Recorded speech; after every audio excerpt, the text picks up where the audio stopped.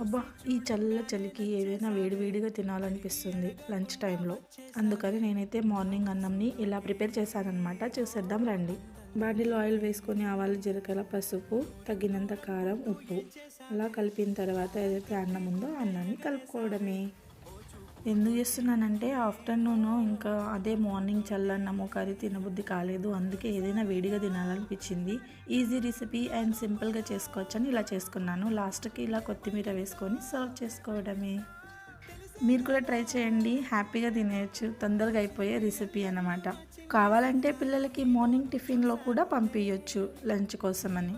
Easy recipe కదా. నాకైతే మస్తు అనిపించింది ఈ రైస్. మీరు కూడా ఇలా ట్రై చేసి చెప్పండి మీకు ఎలా అనిపించిందో. అలా లంచ్ టైంలో వేడివేడిగా తింటుంటే ఆహా సూపర్ అనిపించిందండి. మీకు ఈ వీడియో నచ్చినట్లయితే do like, comment and do subscribe my channel. Thank you for watching.